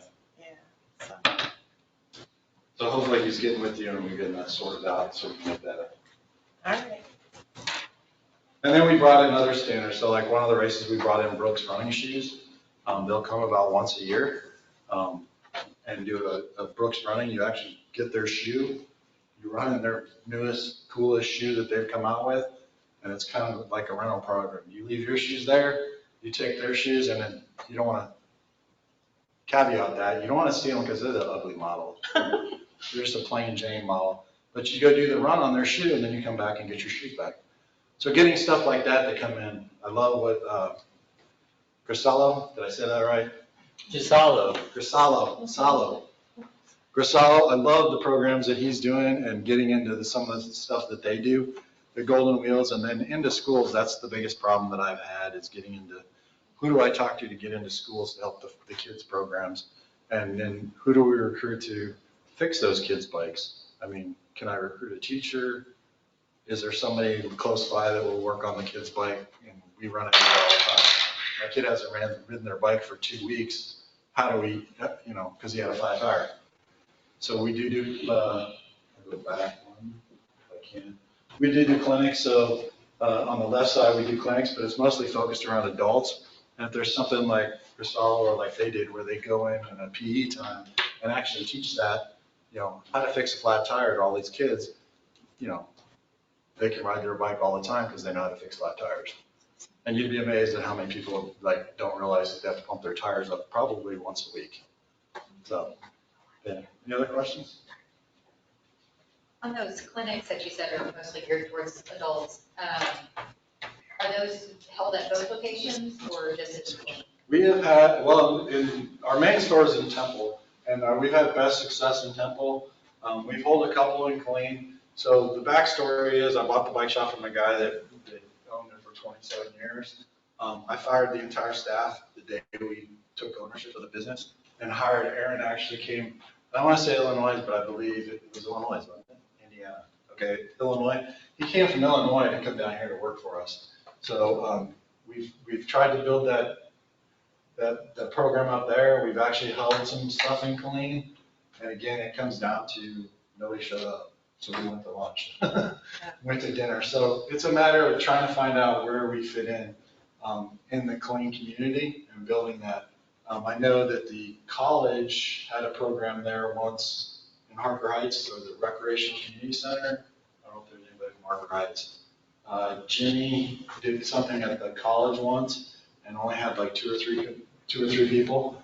If I have one person show up, I'll run a clinic. They have real success down in Austin with clinics in general. Sometimes they'll do like a Tuesday from 6 to 6:30 and you can come in and get flat tires. But I am the owner. She is the person that operates it. And if somebody comes in, the part I love about it is people that want to know. So if there's people that come in and want to learn how to fix a flat tire, we'll show them how to fix it. I'll show them how to fix a flat tire. I'm in a non-paid position. So it's easy for me to do it where I have to pay my mechanics to teach you to do it. But the after clinics, we usually hold one per quarter. Mostly focused, like I said, at adults. But a lot of times it ends up being the same people over and over again. So we also do nutrition. So Chad is actually he's not a licensed nutritionist, but he used to work for a company called Hammer Nutrition, and he does a lot of nutritional stuff, like all this stuff that people want to think they need to eat when they ride a bike or run, you really don't need to. Or what are you putting in your body? He explains it in detail. So not only do we do a beginner, we'll do something with the bikes, but we'll also include something else. We actually have a type 1 diabetic that rides with us, and our next thing, she's going to come in and go through what she goes through as a diabetic riding at the level that she rides at. And then we also have older people that I can't convince to come in and say, and we're talking 70-year-old people that can ride 16, 17 miles an hour, trying to get them to come in and talk about what they deal with riding at that speed at that age. So not only is it helpful bike stuff, but also in general. One of the people we work with is coming in February. The Elevate Hydration, that's a new trend. She's going to come out and talk about hydration and vitamins and stuff like that, and how her company can benefit, cyclists, runners, and just in general, getting a B12 shot, once a month, and what can help. So yeah, just building that community. I'm trying to get with Keller. He's a busy guy, but he does trail maintenance and getting out there and doing stuff like that with his group. So. What's the best way to find out about those? Yeah, I Just can on definitely. Facebook, or how do y'all post those really? So we post them on our event page. So we keep a pretty thorough event page. On Facebook. On Facebook. Okay. And then also I try to keep the web page updated, but social media seems to be where everything is done is on social media. So we do different platforms. We do Facebook. I don't do much Instagram because I'm too old to understand that. And we also do a thing called Strava, which is your running, cycling, kind of a community group. So we post it on there also. So, and then usually we try to get it out there as much as we can. We do also do If requested, we'll do women's specific. Until she moves, we have a woman mechanic that comes in and helps us. Maybe we'll do a woman specific only because, talking to me, being a woman, there's things that she can relate to better than I can. So it's just a matter of school district contacting us, individuals contacting us, and we'll go anywhere to do a clinic. I mean, that's the part that I thoroughly enjoy. And that's what I feel my job is to do that. If I can teach you to change a tire, you can ride your bike all the time. But I've got people that go out on bike rides, have been riding for 20 years, get a flat tire, call their wife, come in, and it's like 5 minutes later, I've changed the tire, and they're like, oh, yeah, it can be done. So learning that, and then just learning basic bike. But yeah, and it's really embarrassing when they come in and my wife changes the tire in 5 minutes. So, anything else? Thanks. I gotta get you your name since you threw me under the bus, and thank Keller for, everything. And, yeah, if you want to talk after, I'm here. Thank you. Thank you so much.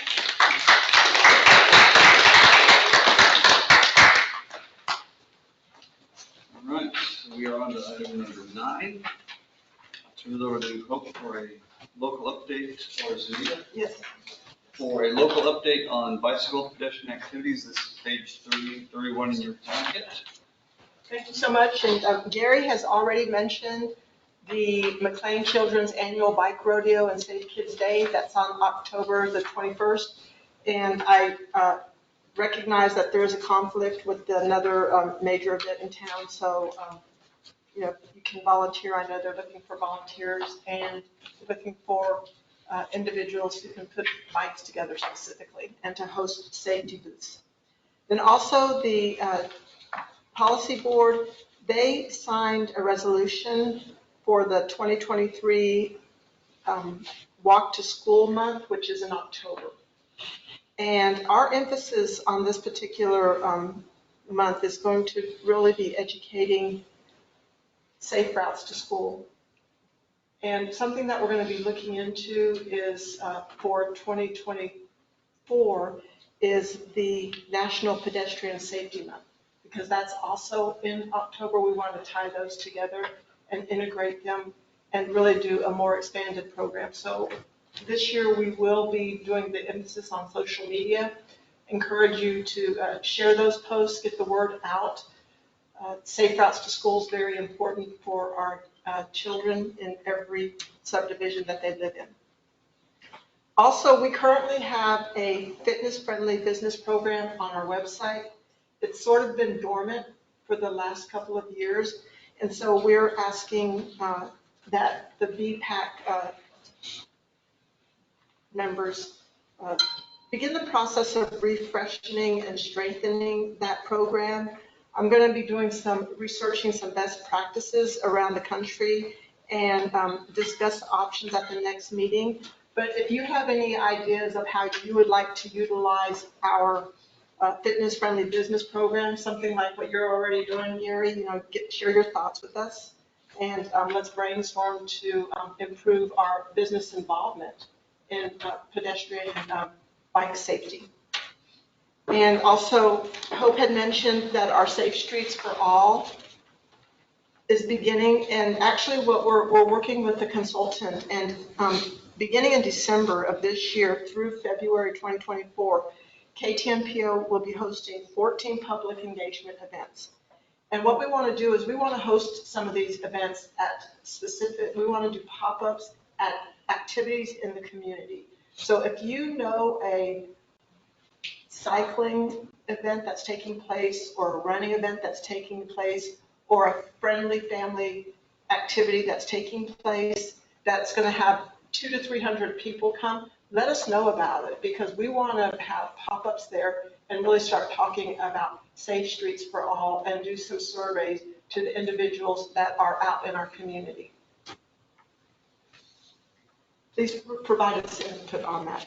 And then we're continuing to highlight our social media through Facebook, and with an emphasis on events, but we really want to start emphasizing safety, the infrastructure in our community, We want to humanize what's happening on our sidewalks and on our roadways with real stories of real people like you and I who use these roads. And so if you have something that's touches your heart regarding safety, regarding an event, please email that information to us, educate us so that we can get the word out. It's not just about us sitting in this room as us four no more. I want to thank the citizens that came, thank all the special presentations that we had today, because this is how we're going to grow our community out in the real world, is in little meetings like this and taking what we learned today and bringing it back out into the community, making it come alive and saving lives in the process. Are there streets we identify as being particularly safe streets? So that's kind of what Safe Streets and All, Roads for All will be kind of doing. We're going to be evaluating our area and really putting projects hopefully in place when the next round of funding comes in to make those roads safer. Like, that's what our consultant will be doing, is kind of not necessarily from a pedestrian or bicycle standpoint, but combining all of it, like roadway, pedestrians, all of it in general. It's not going to be just pedestrian specific, but it will be on the larger scale, looking at our region and how can we make it safer, and where are hot points of real safety concerns, and where are hot points of, hey, no, these places are really great, let's highlight these too. So with the goal of producing a map that recommends where are best places. Yeah, well, it's mostly geared towards fixing the hotspots where safety concerns are really happening on a larger scale, and getting those fixed so they can be safer roads for everyone. That's the real safety concern with it, but it will be looking at the whole roadway infrastructure. Part of it is having the safety plan in place that's identified the problem areas. That opens up some of the Safe Streets federal funding. So if we get a prioritized list of projects to implement, the safety plan is the first step, and then either the communities can go after grants themselves, they can work with the MPO, but first you gotta get the plan in place. So, a lot of data, a lot of analysis, a lot of public input over the next year. Temple, in my mind, is ideal, at least access to city people where you can find them pretty easily and identify problems and report them. So that's part of the Working on big that. picture, but I think that if every community had some place where you can report hazardous locations, then it'd be beneficial. Yep, we've got the Track Temple app, we can reach somebody by phone. We have kind of a strategic plan focus group, and someone said, our department seems to get all the weird calls, and we all went, no, you're not the only one. But what we've done well at is I got a guy, look, that's not my job, but I know whose job it is. And I know that person because we've worked together on whatever. So you're asking me a question about sewage, I know who to send you to. You're asking me a question about the homeless guy down in the park, I know who to send you to get your concerns addressed. So we do try to be responsive in that way. But thank you for noticing. Hope Mr. Bond's still responsible. When he's not worried about his kid. He's got a newborn. Also, Keller, I wanted to mention that it's not only the Killeen-Temple MPO that's involved in the Safe Streets for All. The whole SICCOG region has been awarded that grant. So it's a partnership, and they are putting together a stakeholder list, or we are putting together a stakeholder list. And it's we're working with the consultants because it's a very in-depth process to get buy-in into every county, every city that is going to be on board, trying to get them on board, so that when it's time to begin implementation, we're at one voice and we can maximize our funding dollars. And kind of a good segue, as far as getting input from the public, can we just have Anita transition right into the public input that we've received? Oh, sure.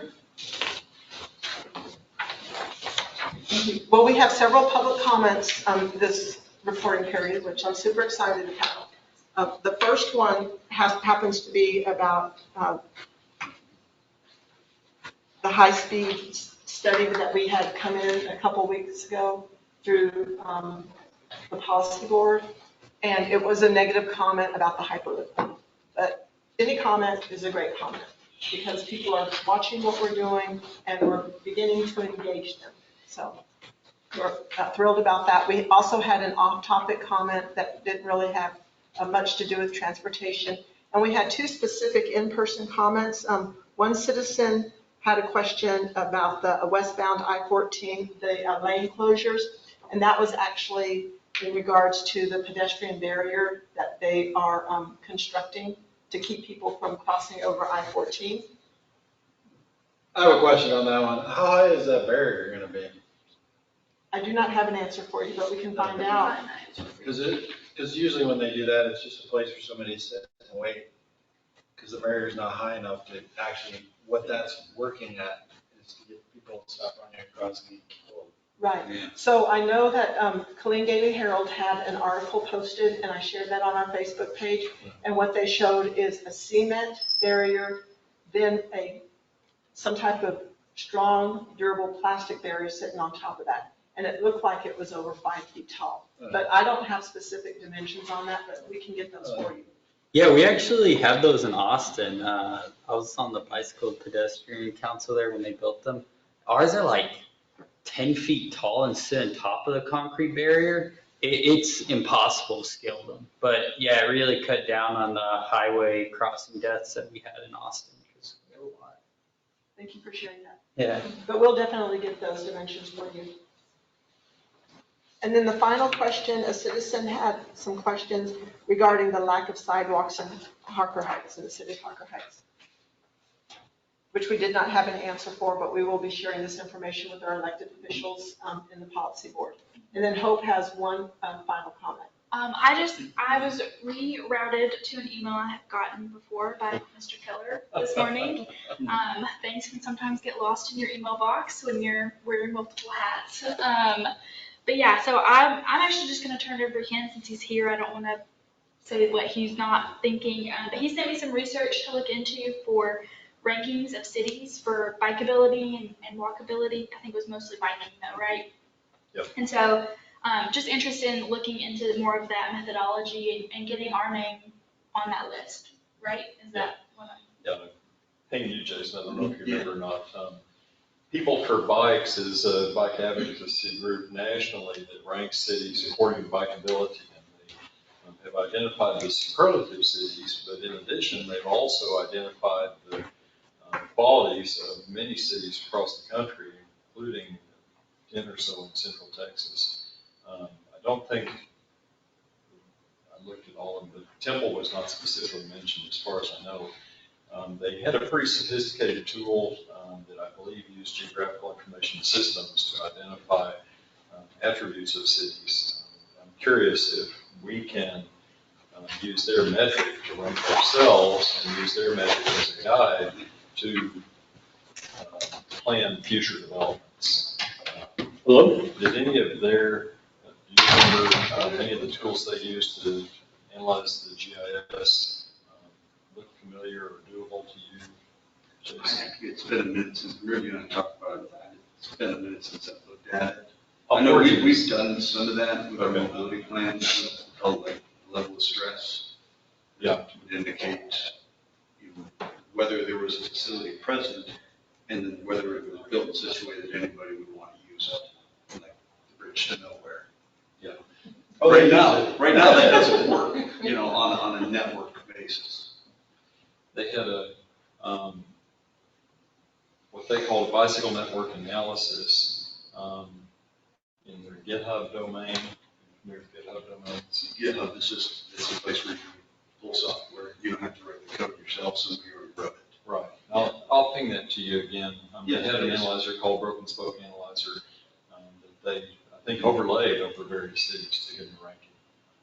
That assumes that, the data we have is one current and available. Right.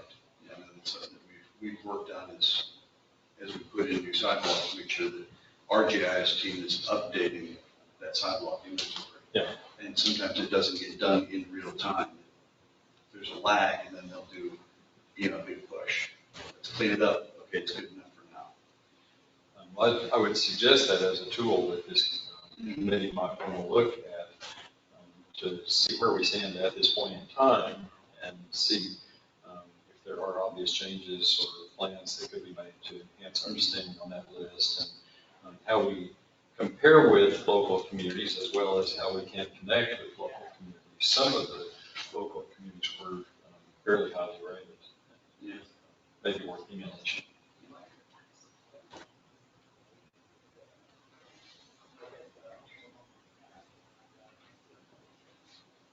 Keller, would you be interested in running a work group for that or a study group regarding that? I think Jason's the only guy I know of, unless you know somebody else that has that level of skill. I'd be happy to correspond with Jason to see if we can profile the communities in our area, or he probably knows who in Harper Heights and who in Cove and Ghisallo may have comparable tools, but we could identify kind of a matrix for what parts are missing to get good answers, and we can identify what the answers are. If that's okay with Jason, I would enjoy corresponding. Let me get with you offline. Yes. I've got a ton on my plate right now. Yeah. So my brain is saying, there's no more room for. Yeah. Give me a couple of weeks and then I'll get back with you. If there's other people you know of in the area that have that skill set to use those tools, I think that'd be valuable. Yeah, we've got contacts in other cities, people that I work with here that are now doing GIS in other cities. Yeah, okay, let's correspond. Thank you. Okay, trying to keep, because I know we're at 2 hours, I'm Yes, trying to keep sorry us about moving here. Any member comments? If anybody that hasn't had a chance to speak so far this morning, here's your chance. I wanted to introduce myself. It's been a while since I've been to a BPAC meeting. So I'm Justin Morgan with the Federal Highway Administration, the Texas Division Office. And I'm the representative that works with the Killeen-Temple MPO.